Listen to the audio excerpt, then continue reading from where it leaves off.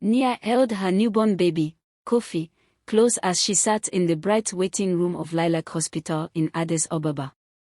Her husband, Lema, sat beside her, rubbing his hands nervously.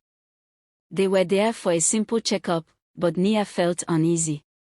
She couldn't explain it, just a mother's instinct, she thought.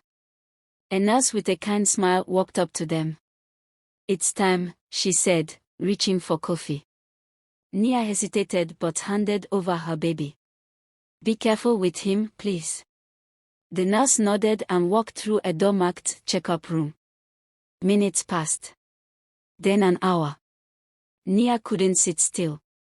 "Why is it taking so long?" she asked Lema, her voice trembling. Lema tried to stay calm. "I'll ask." He walked to the counter, but the receptionist only shrugged. Another hour passed. Nia's uneasiness turned to panic. She stood, her heart racing, and stormed to the counter. "I need to see my baby." The receptionist frowned. "Ma'am, the doctor is still checking on him. Please sit." "I'm not sitting until I see my son," Nia shouted, her voice echoing. A doctor in a white coat came out just then. He looked surprised. "What's the problem?" "My son," Nia cried. "I need to see him now." The doctor looked at the file in his hands. "Kofi. He's been moved to the nursery. Follow me." Nia and Lema exchanged worried glances but followed. They walked down a long hallway that felt colder with every step. The doctor stopped in front of a door. "Wait here." He went inside, leaving them outside. Nia pressed her ear to the door. She couldn't hear much, just whispers. Minutes later, the doctor returned, but his face was pale. "I'm sorry, but there's been a mix-up. We can't locate Kofi." The words seemed to tilt. Nia grabbed the doorframe to steady herself. "What do you mean you can't find him?" "We're investigating." "Please, calm down. Calm down. My baby is missing." The hospital staff promised they would search every corner of the building. Nia and Lema were taken to a small room to wait. Hours turned into a day. The hospital gave no answers, only empty reassurances. Nia refused to leave. She questioned every nurse, every doctor, anyone who walked by. "Have you seen my son? His name is Kofi. He's small, with a birthmark on his hand." Most shook their heads, but one janitor, an older man named Abebe, hesitated. "I saw a nurse carrying a baby out the back door yesterday. It seemed odd." "What did she look like?" Nia asked desperately. "She had a scar on her cheek." Nia's heart sank. She remembered the nurse who took Kofi, the one with the kind smile. Nia and Lema confronted the hospital director, Mr. Desta. "We know someone took our baby," Lema said, his fist clenched. Mr. Desta looked nervous. "We are doing all we can, but please understand, this is a large hospital. Babies don't just disappear." Nia shouted. Mr. Desta sighed.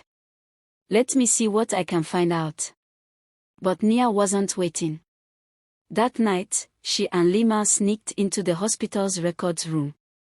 They found files on all the staff, but the nurse with the scar wasn't listed. It was as if she didn't exist. Determined to find Kofi, Nia and Lema turned to the police. Officer Hannah, a young but determined detective, took their case seriously. "This is not the first report of a missing baby from Lilac Hospital," she admitted. "Why hasn't anyone done anything?" Lema asked angrily. Anna's face darkened. "Because the people behind this are powerful. But I promise, I will help you." Hannah's investigation revealed a chilling secret.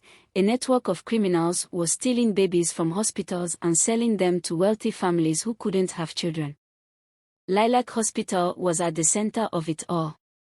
"Your baby is still alive," Hannah told Nia and Lema. "But we have to act fast."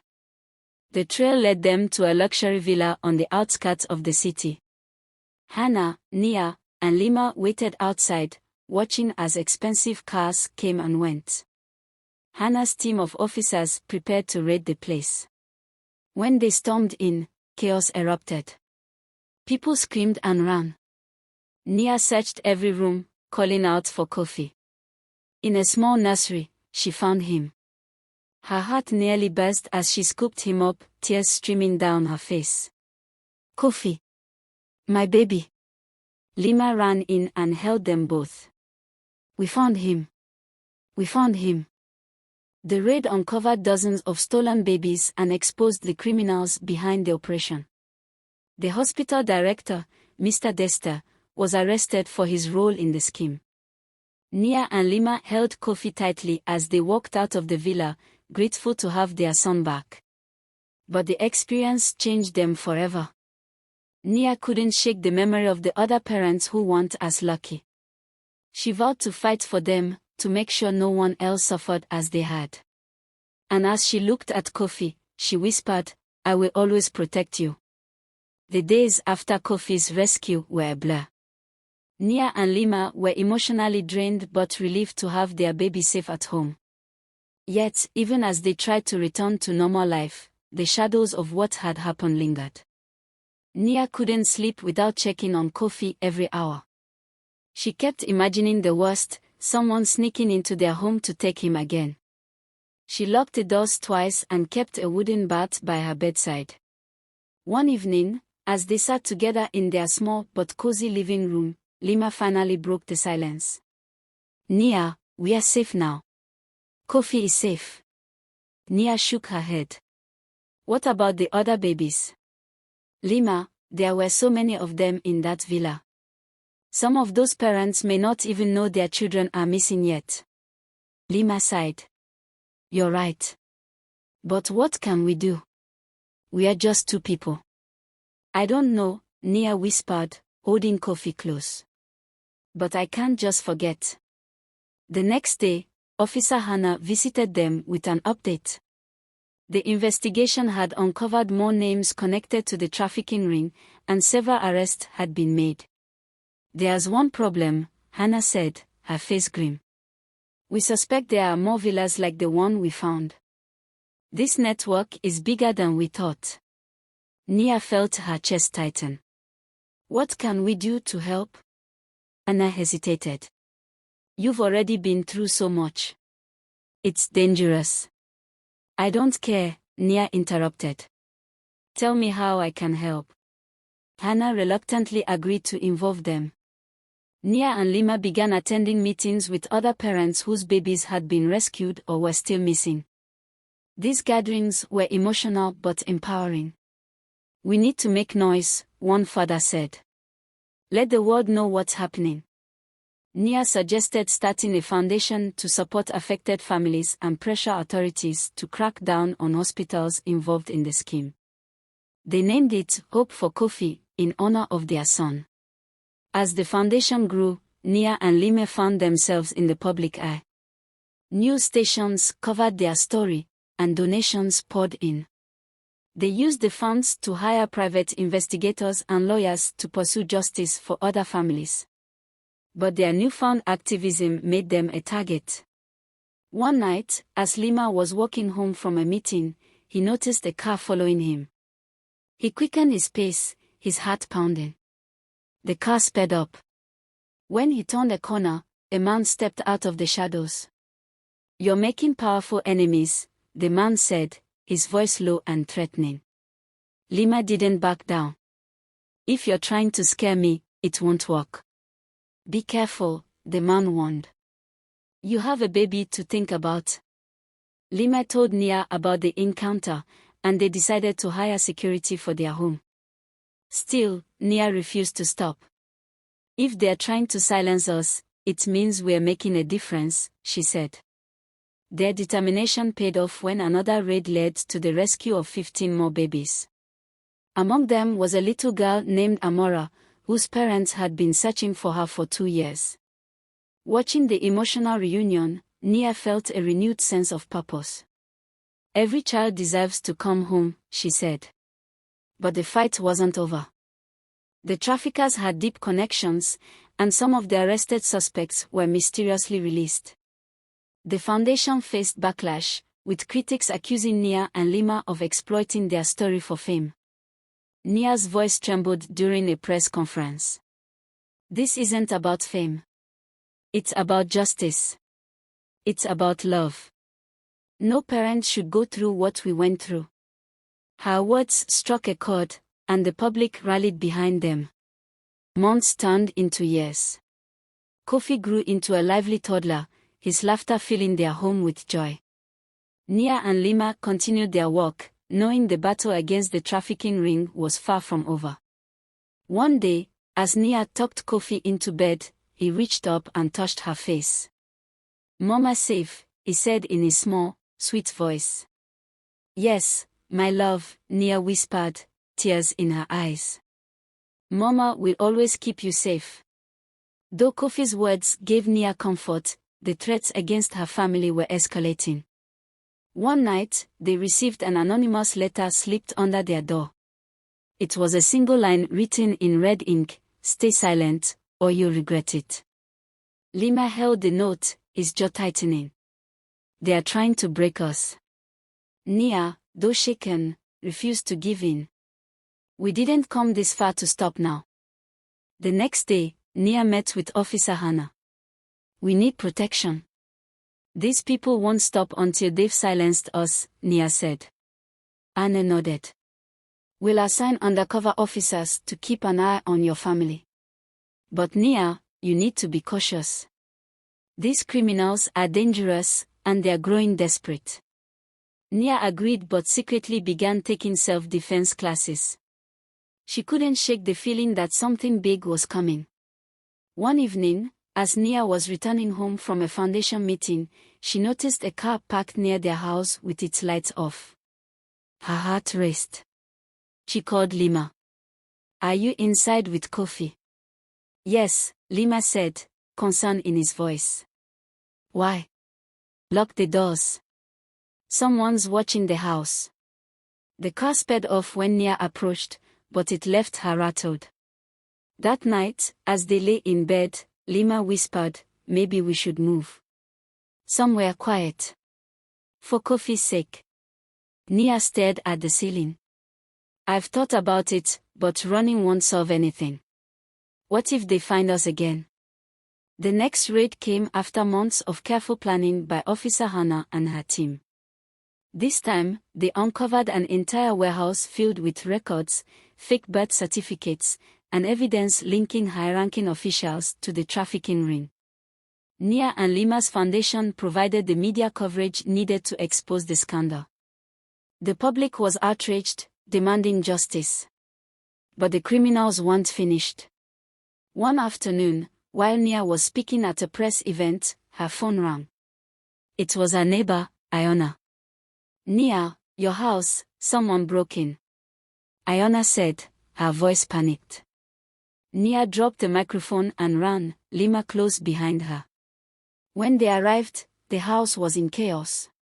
Drawers were pulled out, furniture overturned. "Kofi!" Nia screamed, running to his room. To her relief, Kofi was safe, hiding under his bed. Lema pulled him out and held him tightly. "It's okay, buddy. Mama and Papa are here." But Nia was furious. "They are sending a message," she said. "They want us to stop." The break-in only strengthened Nia's resolve. She worked with Hannah to tighten security for her family and the foundation. They also set up a hotline for families affected by trafficking, offering support and resources. One call changed everything. "I know where the head of the operation is," a trembling voice said. "But you didn't hear it from me." The lead pointed to a hidden estate deep in the countryside. Hannah's team prepared for a major raid, knowing this could finally bring down the entire network. Nia and Lema were advised to stay away, but Nia insisted on being there. "This is personal," she said. The raid was a tense operation. Armed officers stormed the estate, finding more stolen babies and key members of the trafficking ring.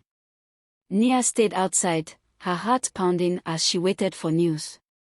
When Hannah emerged, she was holding a little girl no older than Kofi. She was the last one, Hannah said. The operation was declared a success, and the arrest made that they dismantled the trafficking network. The story made international headlines, and Nia and Lema's foundation became a symbol of hope and resilience. But for Nia, the fight wasn't just about justice, it was about Kofi. Every step she took was to ensure a safer world for her son. Years later, as Kofi grew into a curious and kind-hearted boy, he learned the story of how his parents fought to protect him and others like him. One day, he looked up at Nia and asked, "Mama, why did you never give up?" Nia smiled, her eyes glistening with tears. "Because you're worth fighting for, Kofi. Every child is." And in that moment, Nia knew their journey, though painful, had been worth every struggle. Life began to settle into a peaceful rhythm. The house was rebuilt stronger than before, and Nia and Lema made sure every corner was secure. Kofi, now a bright-eyed 6-year-old, filled their days with laughter and endless questions. One afternoon, as Nia watched Kofi play with his toy cars, she felt a pang of guilt. The scars from their past still lingered in her heart. She had fought so hard to protect him, but she couldn't erase the fear that something might happen again. That evening, she spoke with Lema. "Do you think we've done enough?" she asked, her voice trembling. Lema placed a reassuring hand on hers. "Nia, we've done more than enough. But if your heart tells you there's more to do, I'll stand by you." The next week, Nia received an invitation to speak at an international conference on child protection. The invitation was a testament to how far their foundation had come, but it also meant revisiting painful memories. As she stood on the stage in front of hundreds of people, Nia took a deep breath. She began her speech by telling Kofi's story, how a simple moment of distraction almost cost them their son, and how it awakened them to a cruel and hidden world. "I stand here not as a hero," she said, her voice steady, "but as a mother who refused to give up. Every child deserves to be safe, to grow up surrounded by love, not fear.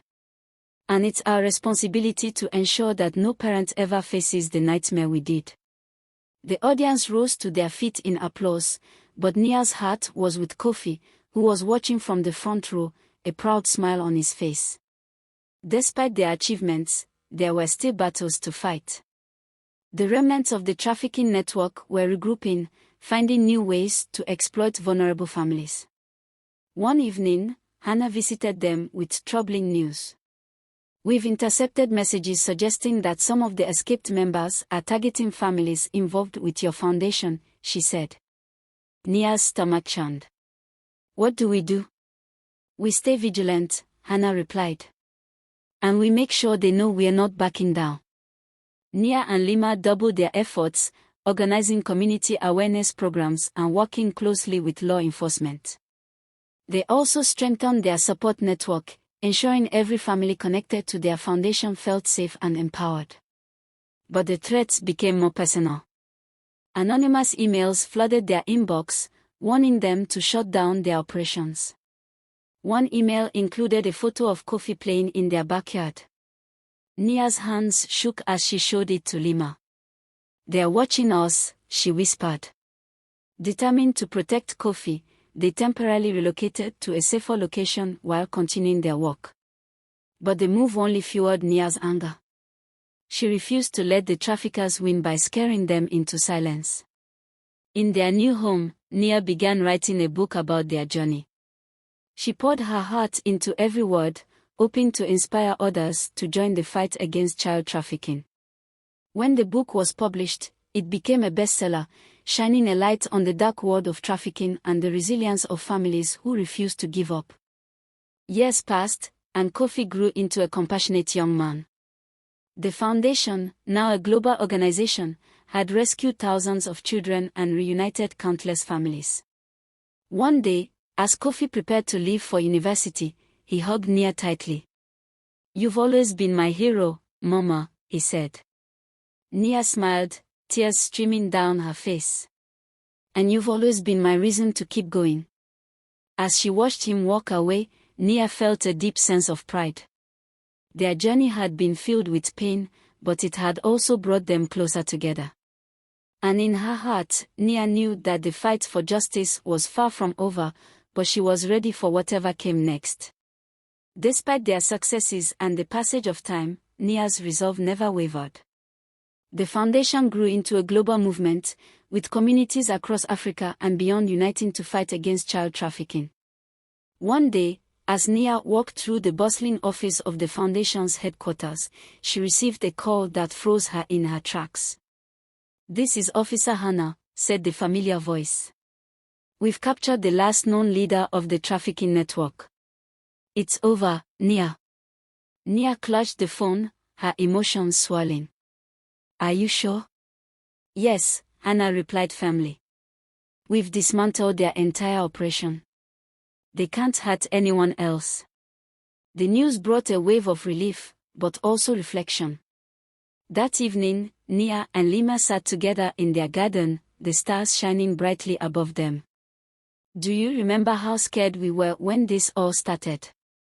Lema asked. Nia nodded. "I never thought we'd come this far. It was Kofi who gave me the strength to keep going. He reminded me of what was worth fighting for." Lema smiled, his hand brushing hers. "And now, because of you, so many children are safe. You've changed the world, Nia." Years later, Kofi returned home as a university graduate, eager to join the foundation his parents had built. He brought fresh ideas and boundless energy, determined to continue the legacy they had started.